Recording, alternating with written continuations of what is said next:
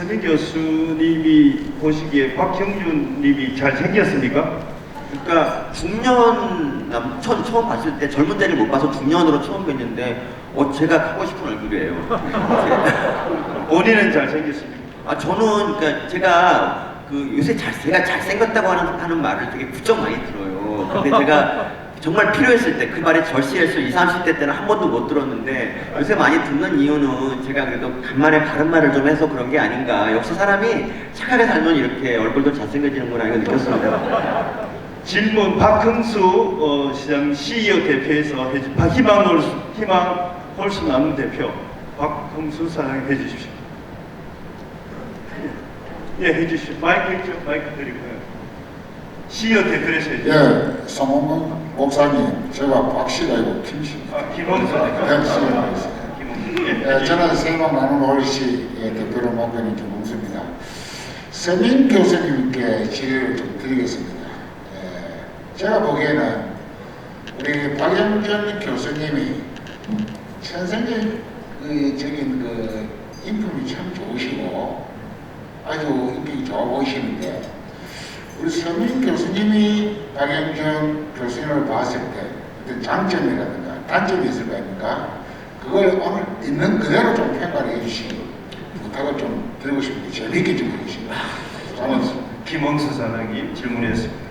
그러니까 저한테 교수처럼 생겼다 저는 그런 말을 한 번도 못 들어봤는데 박형준 교수님은 교수처럼 다 생기시고 그리고 그러니까 뭐 언제 어느 자리에 이렇게 있어도 항상 인격을 그냥 본인의 인격 그냥 지금 이대로 아주 조용하신 이런 거. 그러니까 항상 합리적인 말씀을 하시고 언제 아무리 누가 어려운 사람이 뭔가 조언을 구해도 그냥 뭐 답을 주실 것 같은 그런 모습이 장점이라면 이 단점은 한번 화내는 걸 보고 싶어요. 언제 한번 이렇게 분노해서 가끔 막말도 한번 해주시면 좋겠다 이런 생각을 저 혼자 해봅니다. 네. 그게 조금 가끔 사람이 분노해야 이렇게 좀 그럴 때도 있잖아요. 분노가 필요할 때도 그냥 그런 게 제.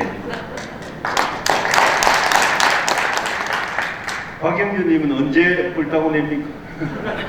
저 혼자 있을 겁니다. 박은수 목사님께서 부산기독교연합회 목사고등 대표 박은수 목사님 질문해 주시겠습니다. 예, 여기 있습니다. 마이크. 마이크 주세요. 반갑습니다. 두 분께 두 분 교수님께 질문을 각각 드리겠습니다. 아까 제가 감동적인 부분이 동북아 정세가 상당히 변화가 되고 있는데 지금 이 대한민국 특히 이제 우리 박 교수님 부산 역할을 잘 말씀해 주셔서 제가 희망을 갖습니다. 균형자 역할을 지금 문재인 정부에서는 이 균형자 역할을 전혀 못하는 것 같아요. 이게 이제 코로나 전국이 지나가면 살 길이 열려야 되는데 자칫 잘못하면 이대로 가다 고립되는 거 아닌가 싶기도 하고 걱정이 많습니다. 두 분께서 각각 이 동북아 정세가 변화하는데 저희가 균형을 잡아줘야 되는데 역할에 대해서 또 어떻게 대비하는 것에 대해서 잠깐 설명을 해주시면 좋겠습니다. 박형준 교수님이 먼저 하시면 제가 좀 따라서 하면 안 될까요? 제가 동북아가 좀 취약합니다. 네, 정말 어려운 문제인데요, 이게. 네, 그렇긴 하지만 또 어떤 면에서 보면 간념한 문제, 복잡할수록 간단하게 생각하는 게 필요한데 우리가 19세기 말로 돌아가 보면 일본과 조선의 가장 중요한 차이는 뭐였을까 생각해 보면 일본은 철저히 그 시기의 헤게모니 국가, 패권 국가하고 딱 붙어서 행동을 했어요. 러시아하고 영국이 그 당시에는 패권을 둘러싸고 동원국가에서 싸우는데 영국이 패권 국가임을 일본은 너무나 잘 알았고 그 다음에 미국하고 가까워져야 된다는 걸 너무나 잘 알고 그 대외 전략의 기초에서 국내의 자강 정책을 했습니다. 그래서 그것이 일본이 아시아에서 제일 먼저 강국으로 일어서는 배경이 됐죠. 또 우리가 그 전후에 한미동맹이라고 하는 그 기초가 없으면 오늘날 대한민국이 없었겠죠. 저는 트럼프 시대보다는 바이든 시대가 미중 관계가 상대적으로 조금 우리에게 나은 환경을 조성한다고 생각을 합니다. 왜냐하면 그 미국이 기본적으로 세계 전략이 리버럴한 세계 전략을 펼칠 때 대한민국이 기회가 많았습니다. 그리고 세계가 다자적인 평화 질서를 유지할 때 대한민국 같은 통상국가가 뭐 이념이나 체제와 관계없이 전 세계로 뛰면서 제일 많이 성장을 할 수 있었는데 불행히도 그 시대는 이제 오지 않을 것 같아요, 당분간. 그런데 이제 그 관계 속에서도 저는 국가전략상 북한이라고 하는 적대를 아직도 우리가 겪고 있고 또 미중 간의 관계에서도 적어도 우리가 예측할 수 있는 장래에 대한민국이 미국의 그 해구산이나 미국과의 동맹을 벗어나서 이 생존할 수 있는 독자적으로 생존할 수 있는 가능성이 저는 별로 없다고 생각합니다. 이걸 객관적인 현실로 인정을 하고 그 기초에서 적어도 일본이 지금 일본조차도 안보 문제에 관해서는 뒤돌아보지 않고 미국하고 함께 하잖아요. 세계 전략 차원에서는 미국과 같이 하는 겁니다. 그러니까 한국도 그리고 우리가 추구하는 보편적 가치 측면에서도 자유민주주의라고 하는 자유의 가치라고 하는 이런 것들을 중요하게 생각하기 때문에 물론 실용적인 측면에서 중국을 무시할 수도 없고 중국과의 관계를 적대화할 필요도 없습니다. 그러나 국가전략의 기초를 어디에 세우고 움직일 건가 하는 건 저는 답은 이미 분명히 남아있다고 생각합니다. 한미동맹이라고 하는 것이 여전히 중요하고 적어도 앞으로 20, 30년까지는 그것을 중심에 두고 할 수밖에 없고 더구나 북한이 핵무기 국가가 사실상 되지 않았습니까? 이걸 통제할 수 있는 힘 저는 굉장히 이거를 우리 어떻게 보면은 대한민국 국민의 안보 의식이 거의 해체 수준까지 와 있다라고 저는 생각합니다. 북한이 핵무기 국가가 됐는데도 그걸 불안하게 생각하거나 두렵게 생각하는 국민들이 거의 없어요. 근데 이건 굉장히 두려운 일입니다.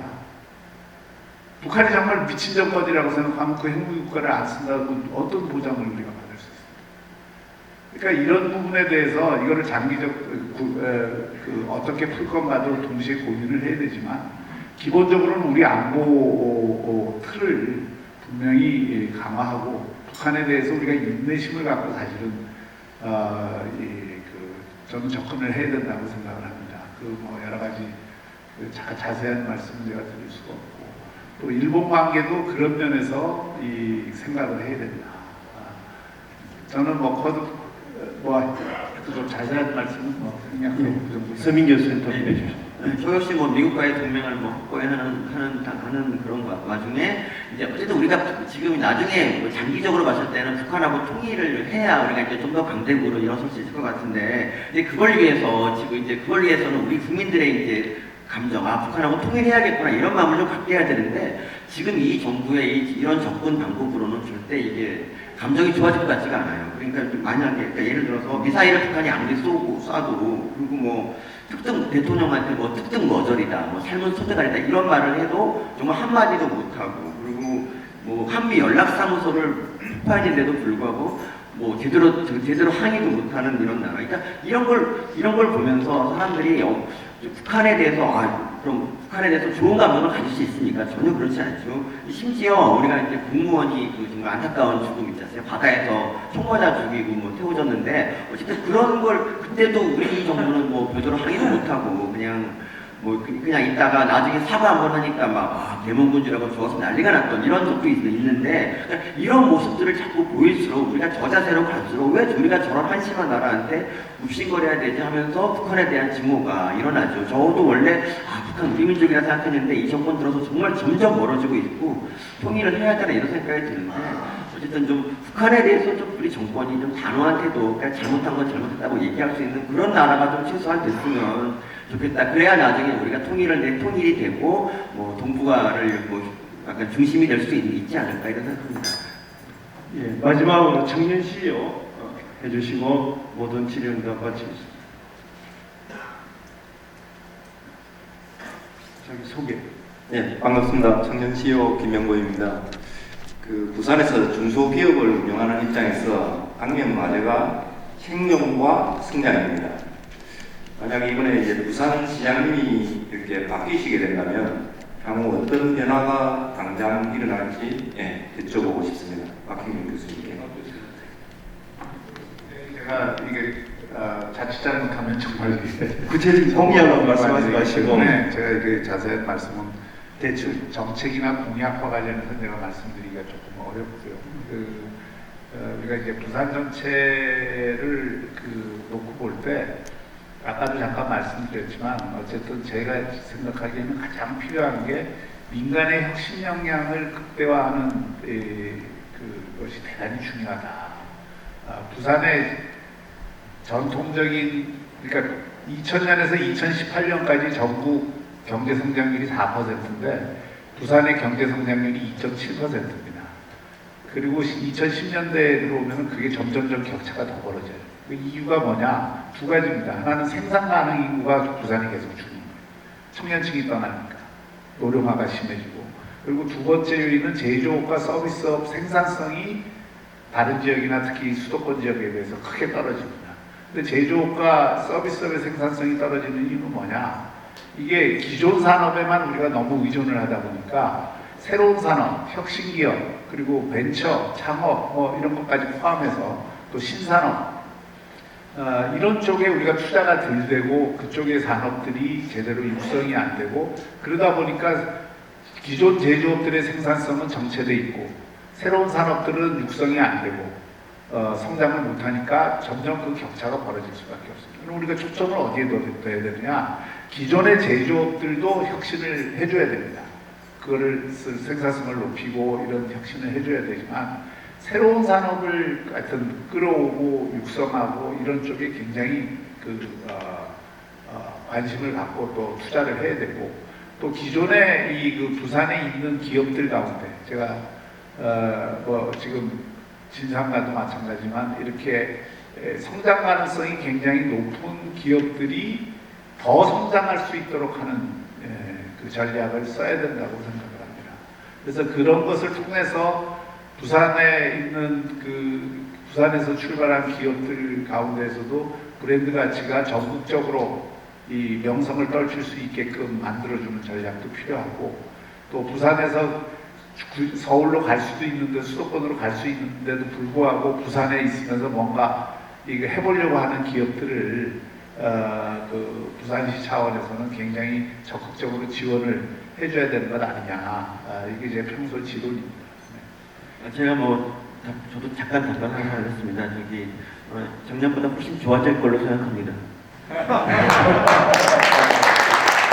자, 두 분이 마지막으로 2분 정도만 앞서서 말씀해 주십시오. 마지막입니다. 박형준 교수님이 생각하는 리더십은 무엇이고 서민 교수님이 생각하는 리더십이 무엇입니까? 먼저 서민 교수님께서 말씀해 주셨는데 참고적으로 매국노 이완현 책을 보면은 을사조약을 맺을 때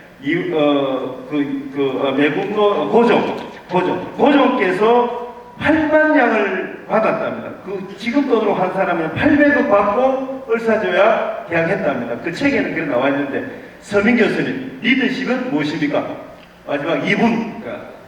리더십, 제가 생각하는 좋은 리더십은 이제 어떤 사람이 일을 하다가 뭔가 좀 일이 잘 됐어요. 그러면 이거는 아랫사람들이 잘해서 뭐 이렇게 된 것이다 라고 이제 얘기할 수 있고, 만약에 일이 좀 안 됐을 때 이건 니네들이 잘못이 아니다, 내 책임이다 라고 이제 말할 수 있는 그런 게 저 리더십이라고 보고요. 그러니까 약간 그리고 조금 위험해 보이는 일이 있을 때 자원에서 내가 먼저 하겠다, 예를 들면 백신을 맞는다든가 그럴 때 먼저 이제 내가 1등으로 맞겠다, 그래야 니네들이 불안하지 않을까, 이런 게 저는 진정한 리더십이라고 봅니다.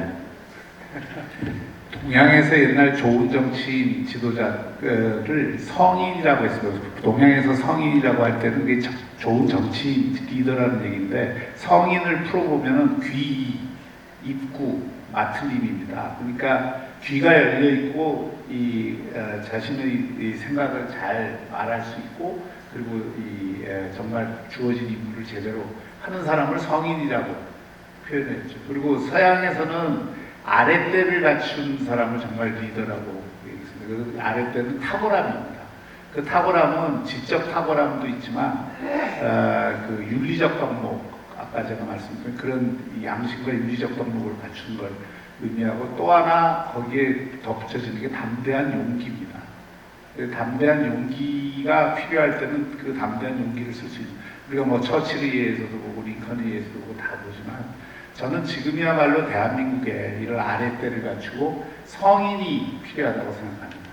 뭐 거룩한 의미의 성인이 아니라 정말 소통과 공감을 할 줄 알고 그리고 지적 탁월함과 담대한 용기를 가진 리더가 지금 대한민국 차원에서도 필요하고 부산 차원에서도 정말 필요하다 이런 생각을 합니다. 질의응답 박수로 마치겠습니다.